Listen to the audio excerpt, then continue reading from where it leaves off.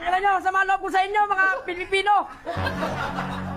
Pinagpatanggol namin kayo, tanginan nyo, tapos kayo, puro kayo scatter, mga pakyo kayo. Buhay ang inalay namin, tapos kayo ngayon nagda-darstrap, tanginan nyo. Wait, boss, ano ba meaning ng KKK? Sumama lang ako sa kanila. Tangin na parang...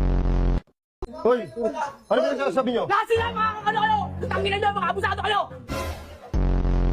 Ulol! Gobyerno ng Pilipinas ay mga kawatan.